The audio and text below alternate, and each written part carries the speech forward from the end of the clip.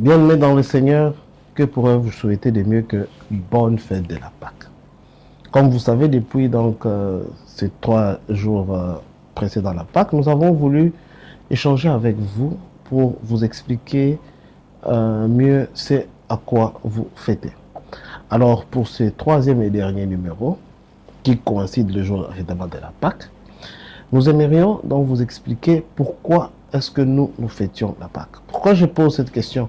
Parce que quelqu'un peut-être qui nous a écouté depuis les 2 premiers épisodes, il nous dit c'est bien d'expliquer que c'est le jour de l'indépendance du peuple hébreu, c'est bien, mais aussi les rites, comment ça se faisait, ok, nous sommes d'accord, mais pourquoi nous devons fêter la Pâque? Est-ce que devenir chrétien signifie aussi commencer à épouser les habitudes et les coutumes des Hébreux? Non. Évidemment, parce que Dieu n'a pas une tribu. Dieu n'est pas hébreu. Dieu est esprit. Comme le dit Jean 4, verset 24. C'est Jésus même qui le dit. Mais pourquoi est-ce que nous le fêtons? Vous savez, le Seigneur a toujours une méthode avec laquelle il agit pour faire quelque chose. Okay? Lorsque l'homme a péché, Dieu devait définir la manière dont il devait venir maintenant pour sauver l'homme. Mais avant de sauver l'homme, il était difficile de pouvoir dire que l'homme a besoin d'être sauvé, qu'il est condamnable, s'il n'y avait pas une loi qui existait, qui définissait comment l'homme devait se tenir. Voilà pourquoi Dieu a défini une loi et il est venu accomplir cette loi. Alors, comme ça se fait dans nos pays à nous, c'est qu'une loi est d'abord un projet de loi. Il y a d'abord l'intention de d'abord faire la loi, un projet de loi. Et puis, on promulgue la loi, c'est-à-dire le jour où on dit que c'est effectif, cette loi est validée. Et puis, il y a un jour, et puis après, on vient maintenant exécuter cette loi. C'est-à-dire, on met les gens sur terrain pour se rassurer que la loi est en exécution. Et on peut pénaliser même des personnes qui ne sont pas en train de respecter cette loi-là. Dieu aussi a un système pédagogique qui fait à peu près la même chose. C'est écrit même dans la Bible. Dieu, avant de faire quelque chose, il annonce d'abord ce qu'il va faire. Il définit la loi, le principe, comment les choses se feront. Et puis, il vient exécuter la chose, comment ça se fait. C'est pareil avec la Pâque. La Pâque a d'abord été annoncée avec le père de la foi, Abraham. Et puis, on a défini donc les principes dans lesquels les choses se feront, avec la loi. Et puis maintenant, le Seigneur Jésus-Christ est venu maintenant exécuter la loi. Si nous le fêtons, c'est justement par rapport à Jésus et non par rapport aux Hébreux. Si je dois expliquer les 3 points, c'est que Dieu annonce la Pâque à Genèse chapitre 15, du 13e au 21e verset. Il dit à Abraham que tes descendants seront esclaves et moi, par ma main forte, je viendrai les sauver. Et après évidemment que les choses se sont faites, donc quand j'expliquais l'histoire de quand il quittait l'Égypte, à Exode chapitre 12, c'est là maintenant qu'on définit la loi, la manière dont les choses se font. Et parmi la loi, fêter la Pâque faisait partie de la loi. Dans Exode chapitre 12, Dieu leur dit, vous allez observer ça comme une loi. Et c'est devenu donc une loi qui se faisait de génération en génération pour que les enfants et les enfants de vos enfants, lorsqu'ils vous posent la question de savoir pourquoi on fête, que vous leur dites ce qui s'est passé en Égypte. Voilà. Maintenant, pour ce qui nous concerne aujourd'hui, nous allons parler maintenant de la Pâque chrétienne. Alors, contrairement avec celle qui précède, c'est que la Pâque chrétienne s'écrit avec S. Je crois vous l'avoir déjà dit peut-être au début, elle s'écrit avec S parce que d'abord, la Pâque en soi, c'est une période. Ok? C'est une période qui commence par le jour de la Pâque en soi, et puis après, il y a une fête qu'on appelle la fête des prémices, et puis après, la fête des pains sans levain. On va expliquer ça dans la suite. Mais d'abord, pour ça, c'est tout ça qui constitue en fait la Pâque. Voilà pourquoi, par convention, on a mis S. Mais ce n'est pas seulement aussi à cause de ça. C'est aussi parce qu'il y a une fête pour laquelle on ne fait peut-être pas trop allusion dans le monde chrétien aujourd'hui. Parce qu'en fait, la Pâque l'a absorbé. C'est la fête qu'on appelle la fête de Yom Kippour. Yom Kippour. Je ne sais pas si vous avez déjà entendu parler de ça. En fait, c'est quoi la fête de Yom Kippour? La fête de Yom Kippour était le jour où on choisissait de pouvoir expier les péchés. Vous devez savoir une chose, c'est que l'expiation du péché allait de pair avec la Pâque. En réalité, lorsque vous lisez la Pâque, vous verrez qu'on les a libérés. Et le peuple aussi, hébreu, avait une fête où il s'est libéré aussi de l'emprise du péché. On appelait ça la fête de Yom Kippour. Et ce qui est intéressant avec la Pâque chrétienne, c'est une combinaison. En fait, Jésus-Christ, lorsqu'il est venu sur la terre, il a mélangé les deux. Il a mélangé la Pâque et la fête de Yom Kippour. Et c'est ce qui fait aujourd'hui notre Pâque chrétienne. Vous serez peut-être surpris de vous rendre compte que nous ne fêtons pas la Pâque exactement le même jour que la Pâque juive. Les jours sont un peu décalés. Mais si je dois vous expliquer un peu la pensée de Yom Kippour, au lieu d'en parler de manière survolée, c'est que Yom Kippour était un jour de l'année. Ça s'est passé le 7e jour du mois, parce que le premier jour du mois, c'était le jour de la Pâque.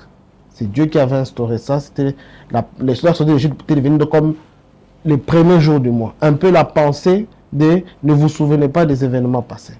Un peu comme on dit aussi lorsque quelqu'un vient à Christ, il est une nouvelle créature, que toutes les choses anciennes sont passées. Et ce 7e jour du mois, qu'est-ce qui s'est passé? C'est qu'on prenait un agneau sans défaut qu'on amenait chez le souverain sacrificateur. Et le souverain sacrificateur était donc la personne qui était le chef de tous les sacrificateurs. Les sacrificateurs, c'était les personnes qui travaillaient dans les temples pour faire les sacrifices. Et ils avaient un chef qu'on appelait souverain sacrificateur qui était voté chaque année. Alors, on amenait donc un agneau sans défaut auprès du souverain sacrificateur. Et cet agneau représentait donc le peuple.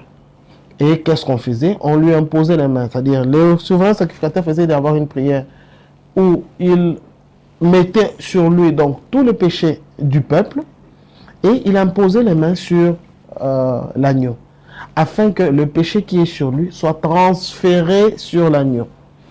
Et comme vous savez, le Seigneur, dans les livres d'Exode, lorsqu'il s'adresse au peuple hébreu, il leur dit qu'il a choisi les sangs pour expier les péchés parce que la vie de l'homme est dans les sangs. Donc lorsque quelqu'un commet les péchés, contrairement à ce que la science ne dit pas, c'est que le péché vient se poser sur les sangs.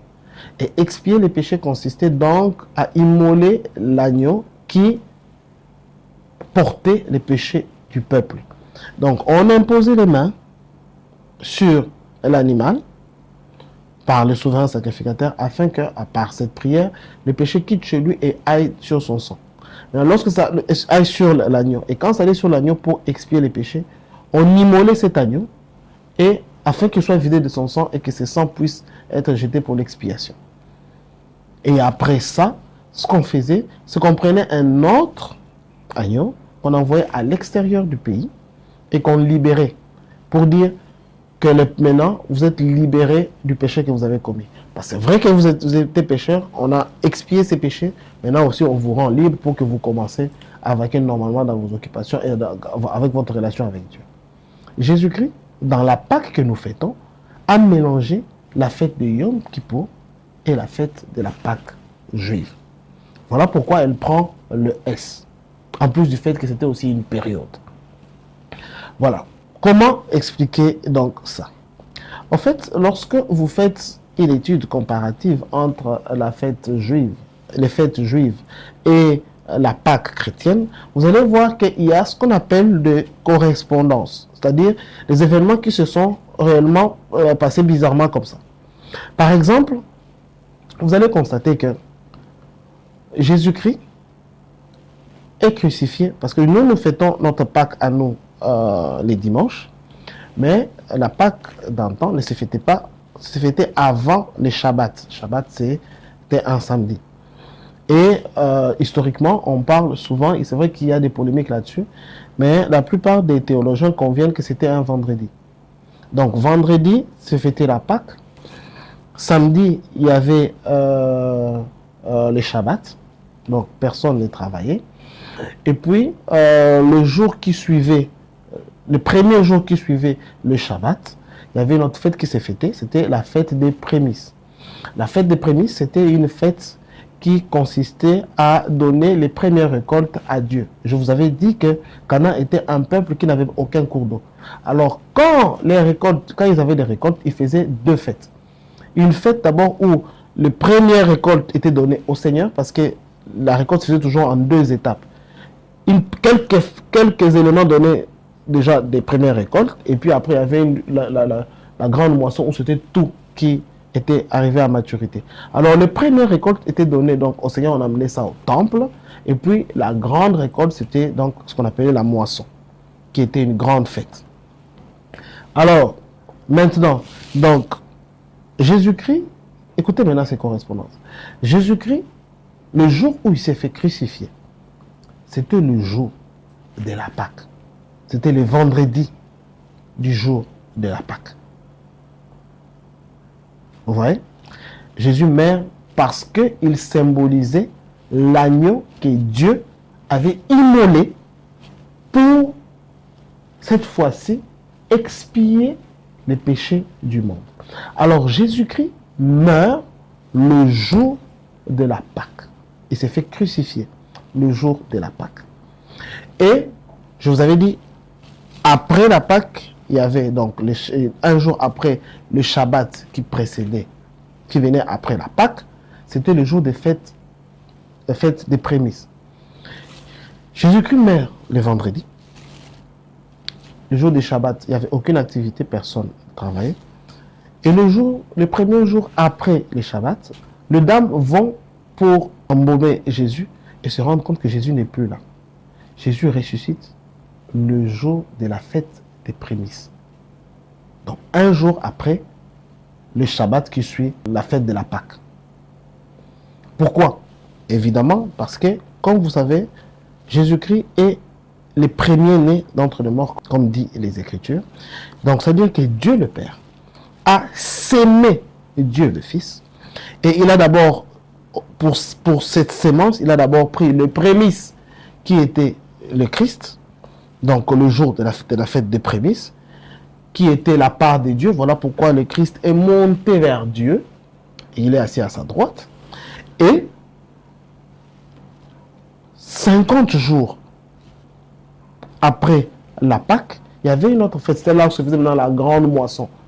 Et bizarrement, 50 du grec Pentecosté et la fête de la Pentecôte. Si vous avez déjà entendu parler, le jour où le Saint-Esprit est descendu.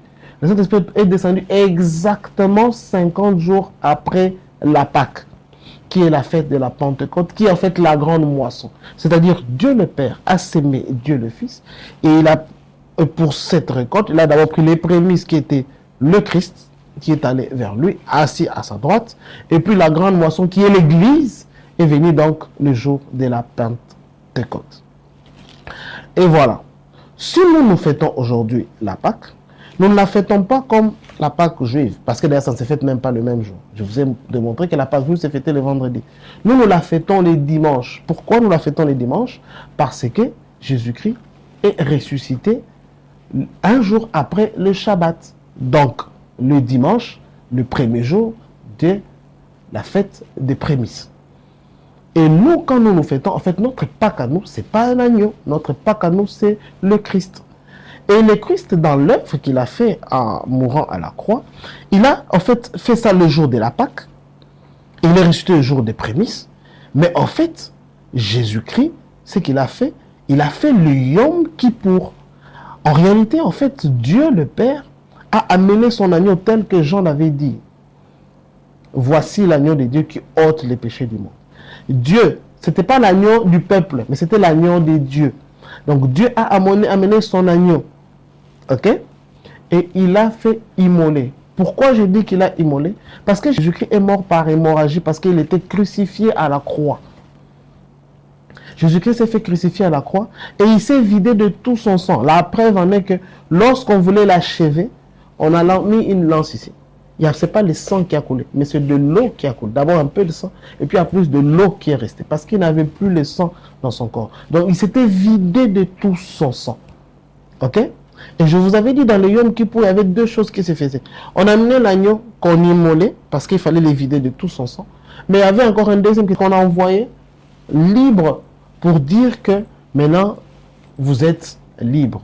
Et vous allez le voir que Jésus-Christ, il fait les deux parce que non seulement il s'est fait immoler à la croix, ok, mais aussi, il fait aussi la même chose que Yom Kippour, c'est-à-dire il revient à la vie par sa résurrection le jour des fêtes des prémices, parce qu'il est le prémices des dieux, le premier né d'entre les morts.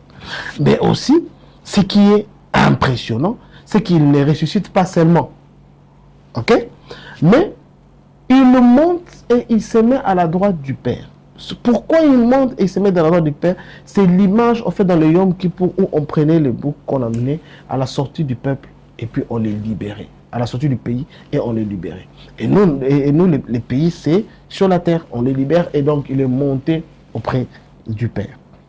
Donc, comprenez ici que nous ne fêtons pas la Pâque par rapport à la libération du peuple hébreu pour les Juifs. Mais comme Jésus-Christ a dit, faites-le en mémoire de moi. Et quand nous prenons la Sainte Seine, nous ne la fêtons pas comme Jésus-Christ, mais nous la fêtons comme la Pâque, nous la fêtons comme Jésus-Christ. Mais alors vous allez me dire maintenant, mais si tel est le cas, si c'est vraiment en fonction de la Sainte Seine qui s'était pris, qui s'était pris le jour donc de la Pâque, nous savons que à la scène originale, il y avait à peu près 6 éléments qui le composaient. Il y avait l'os de l'agneau, qui montrait les bras de l'Éternel. Il y avait les herbes amères, qui montraient donc la souffrance du peuple hébreu. Il y avait de l'eau salée, qui était en fait les larmes qu'ils ont dû endurer. Il y avait le pain sans levain, qui représentait donc le fait qu'ils ont quitté dans la précipitation. Ils n'ont pas pu lever les pains. Ok? Il y avait du vin, excusez-moi, il y avait du vin, il symbolisait donc la fête, et puis il y avait les œufs, qui symbolisaient le deuil, parce qu'à la fin, ça a créé le deuil dans les camps de l'ennemi. Donc il y avait la fête chez les Hébreux, et le deuil au camp de l'ennemi. Mais pourquoi nous, aujourd'hui, lorsque nous faisons notre Sainte Seine, nous avons que 2 éléments, le pain sans levain et le vin? Effectivement, parce que beaucoup de choses qui constituaient donc la Pâque d'antan n'est plus d'actualité aujourd'hui. Par exemple, les herbes amères. Les herbes amères, ils les prenaient parce que eux, ils ont souffert pendant 400 ans en esclavage. Ok, 430 ans en esclavage. Ok, et puis l'eau salée, et pendant cette souffrance-là, ils pleuraient. Mais nous, la différence avec notre Pâque à nous, c'est que ce n'est pas sur nous qu'est tombée cette souffrance, mais c'est sur le Christ qu'est tombée cette souffrance. C'est le Christ qui a souffert pour nous. Voilà pourquoi nous sommes dans la période de la grâce. Étant donné que nous n'avons pas souffert, mais le Christ a souffert pour nous, dans notre Sainte Seine, il n'y a pas des herbes amères et il n'y a pas de l'eau salée. Ok? Mais cette fois-ci, nous avons donc le pain sans levain, parce que notre pain sans levain, contrairement à ce qui s'est passé dans la Pâque juive, nous, notre pain sans levain représente le corps du Christ. Ok? Symbolise le corps du Christ. Ok? Et le vin, qui était un signe de joie des Hébreux, souvenez-vous, les Hébreux, eux, ils avaient droit de rôtir l'agneau. Ok? Ok?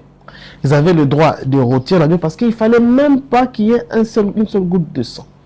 Alors nous, maintenant, ce qui est différent, c'est que au lieu de manger donc les cabris et le pain, on a fait du cabri et le pain une seule chose.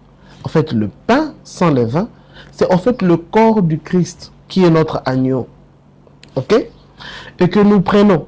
Et le sang qui était des signes de joie, le vin qui était des signes de joie, pour nous, c'est vrai que c'est un signe de joie, de fête, mais c'est le sang du Christ.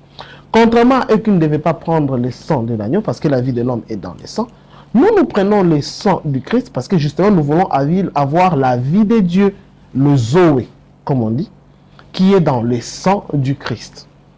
Ok? Et, vous savez, donc, le bras de l'Éternel qui était l'os, c'était pour informer dans la pensée, c'était pour ce qui symbolisait le fait que le Christ, lorsqu'il est mort à la croix, il était normalement prévu lorsqu'on veut accélérer la mort de ceux qui sont encore parce que les gens doivent partir, parce que l'objectif de la crucifixion, c'était de tuer la personne à petit feu afin de le voir souffrir. Alors, lorsqu'on en avait marre, qu'on voulait partir, on brisait les pieds pour précipiter leur mort. On a planté la flèche là, parce qu'en voulant briser les pieds de Jésus pour sa... La personne avait dit qu'il était déjà mort. Ok? Les gardes qui étaient là avaient dit qu'il était déjà mort. Alors pour se rassurer, c'est comme ça qu'on avait planté là. Ce qui est étonnant parce que la prophétie le disait déjà, le psaume l'a dit avec David, que aucun de ses os ne sera brisé. Pourquoi? Parce que justement, il était l'agneau qui ne devait pas avoir un seul os brisé. Parce qu'on a porté donc l'os entier, parce qu'on disait que aucun os devait être brisé, parce que le bras de l'Éternel doit rester entier pour agir. Et voilà pourquoi Dieu est notre agneau. Aucun de ces os n'a été brisé.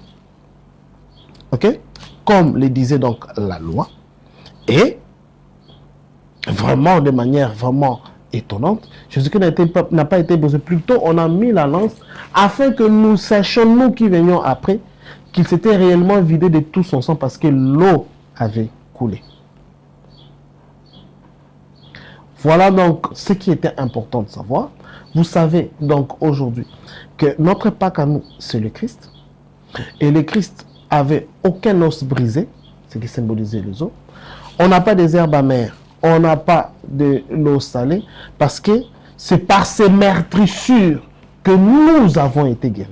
C'est lui qui a subi les châtiments qui nous condamnaient, et nous avons donc vécu donc cette victoire.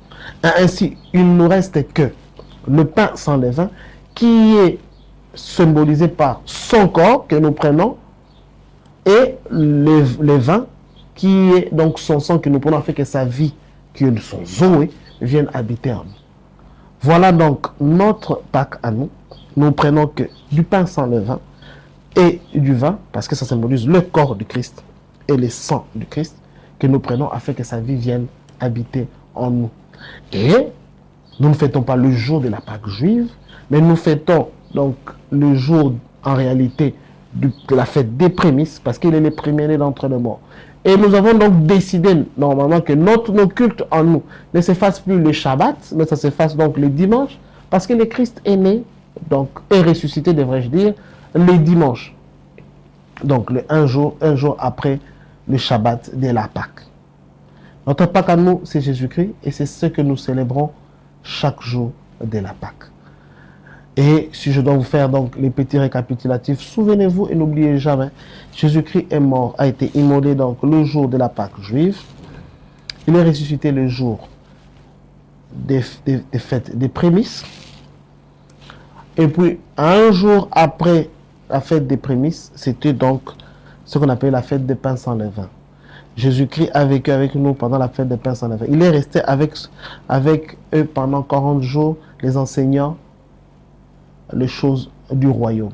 Et la fête des pains sans levain est les signes de la sanctification. Donc, pendant 40 jours, il les a sanctifiés, il les a rendus purs, afin qu'ils soient prêts à recevoir le Saint-Esprit. Et le jour de la moisson, donc 50 jours, 50 Pentecôtés, ou la Pentecôte qu'on nous fêtons, c'est le jour de la Pentecôte. C'est le jour où le Saint-Esprit est descendu pour le peuple. Voilà donc la comparaison que je vous donne. Donc, on se reverra peut-être dans le prochain numéro où on va donc parler en long de la Pentecôte pour que vous compreniez aussi ce que signifie la Pentecôte. Je crois qu'aujourd'hui, avec ce que nous vous avons expliqué, vous savez très bien la Pâque, ce qu'elle c'est. Vous savez pourquoi nous faisons nos cultes les dimanches. C'est le jour où Jésus-Christ est ressuscité. Vous savez qu'aujourd'hui, nous ne le faisons pas par rapport à la fête juive, mais plutôt en mémoire du Christ, parce que c'était son corps et son sang qui étaient versés. Et la Sainte Seine, voilà ce qui symbolise donc le pain et le vin. Et notre Pâques à nous, c'est le Christ. Et je vous souhaite donc une joyeuse fête des Pâques. Que Dieu vous bénisse.